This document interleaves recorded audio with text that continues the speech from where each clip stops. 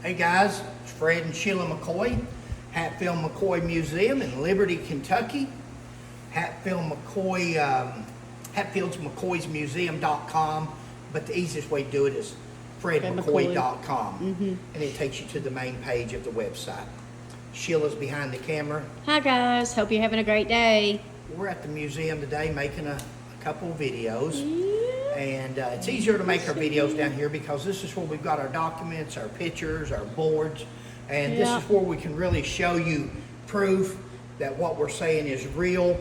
And this is going to be one more on Altina Waller today that we're going to do. And we're not going to do this first part. You know, Altina, after they come out with, the History Channel came out with their fly, it must be a circle fly. Any Marines out there will know what I'm talking about when I say. Is this a keeping it real? This is circle fly. Let's see if them Marines know what a circle fly is. Anyway, this is a keeping it real. I wanted to make sure. Thank you. Okay. This is a keeping it real, and that's where we've heard something, saw something, somebody told us something. We watched something on a YouTube or TikTok video, and it's simply not true, or we've seen something in somebody's book and it's incorrect. And well, Altina Waller's book, that's just about from page 1 to whatever it ends with, that you can say that. That's a circle fly. Guys, they asked her what she thought about Kevin Costner's movie, the mini-series, and she told them a whole lengthy thing and all that. We're going to cover that at another time. But what we're going to cover right now is something that's in her book. And Altina was asked what she thought of the History Channel and Kevin Costner's miniseries.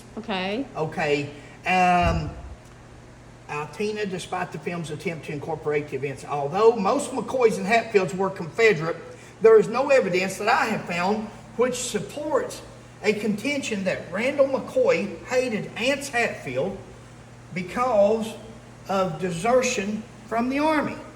Now she's going to, go ahead, you can just film it there while I'm talking about it, from right there down. I'm just going to hold it for a little bit, let them be able to pause it or do whatever they want to do. And she says that that she has found no evidence that Randall McCoy hated Ance Hatfield because of his desertion from the Army. And we beg to differ. Altina, we don't think it had a thing to do with socioeconomic issues that day.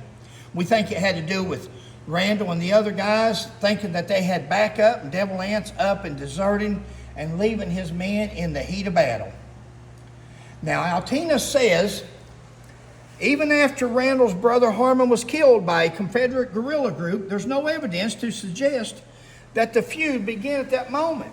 His brother, after all, was a Union soldier and thus considered by just about everyone in the Tug Valley to be a traitor. Now that's what this author and this historian says. And that's somebody, I mean, I don't care how college educated you are, anybody that has ever studied the Civil War, or don't have to study the Civil War.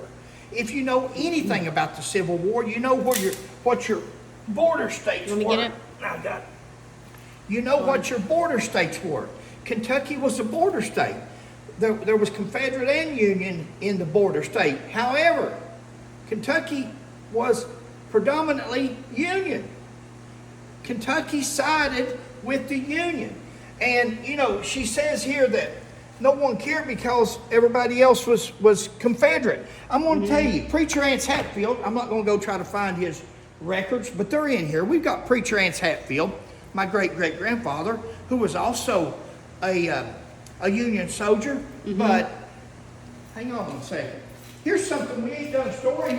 We haven't done a story on this yet. We're going to. We're trying to get some more research. But look at this. This is Ephraim. This is Big Eph. Wow. This is Devil Ance's and Ellison Hatfield and Wall Hatfield's father. And here it's, now understand, there's two Ephraim Hatfields that we have Civil War records on. One of them was Confederate, one of them's Union. The Confederate one was 20 years old. Couldn't have been Eph. Devil Anse was 22 years old at the start of the Civil War, something like that. So he would have been older than his father. Well, maybe that's the reason for asking for DNA, but we're not doing that right now. This right here is Civil War records from the 39th. Close in here, Sheila. And this is on Ephraim Hatfield. This is where he was in Louisa, Kentucky. This is where he deserted. He's also deserted, even though he's in the Union. Here is where he signed the Emancipation. And here's where he's 6 foot tall and 54 years old at the time. So we are thinking that this is not carved in stone yet, but from all the evidence that we've gathered so far, and we don't know how that could be, but it's possible that Big Eve actually served with the Union Army. That's something new. Wow. Now, we know Preacher Anse Hatfield served with the Union. Right. But let's go back to Altina.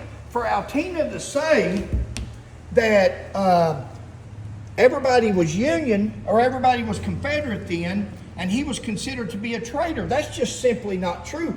He wasn't being considered to be a traitor. He was from Kentucky.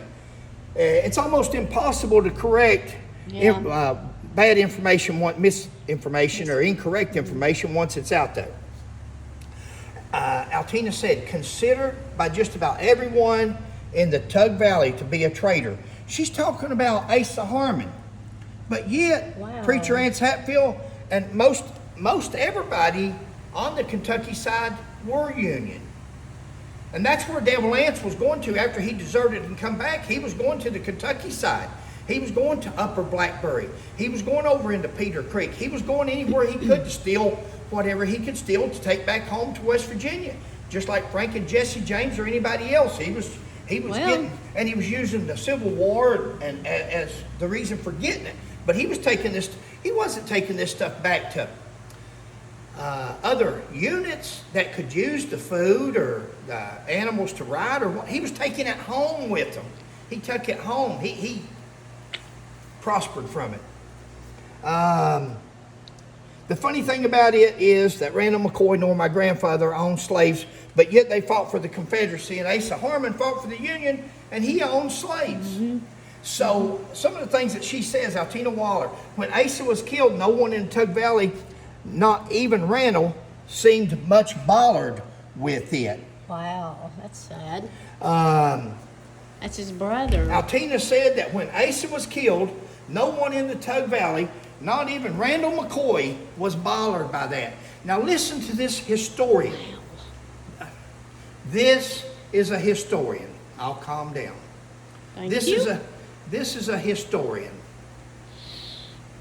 And she makes us comment like that not even his brother was bothered with his death. You know where his brother was when Asa Harmon was killed? Randall McCoy was sitting in a prisoner of war camp in Camp Douglas, Illinois, one of the toughest in the Civil War.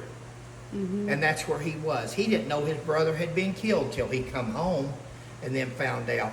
And I've got in here somewhere, and she's probably, hopefully you filmed down through there somewhere. But, I did. you know, guys, would it matter to you if your family member was a Democrat or Republican? If they was, whatever they was, if they got killed, would it matter to you that you just lost a loved one? Sure. I think that's a no-brainer. Without being said. It goes without being said. It goes without being said. And this is one of your authors, and again, her book is either, inside the cover it either says the real story or the true story or something. She comments like that. You know, every book Sheila and I have written over the years, and as we got better at it and our research got better and things like that, even our big book, it's called historical fiction, because nobody knows the truth. The actual truth. The biggest mistake an author can put on their Hatfields and McCoy book. If you see a Hatfield McCoy book where it says the true story, the real story, rescuing history, If you see that, run from it. If you're a book collector like we are, we buy them all. Yeah. We buy everything Hatfield McCoy because we want to, if it's Hatfield McCoy, we want to be known as owning it.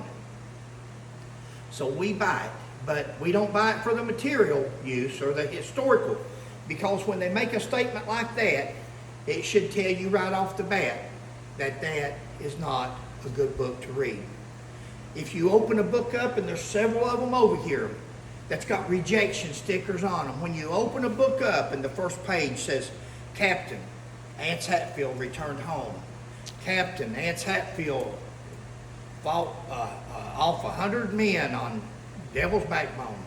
Captain, when it says that, close the book up and put it in your collection, because that's what you've got is a Hatfield McCoy book for your collection.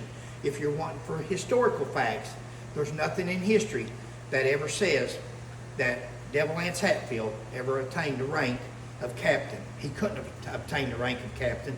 He couldn't read or write, and that was one of the requirements. Guys, this has been a story on Altina Waller once again on one of her boards. There's that circle fly. Keeping it real. And it's keeping it real.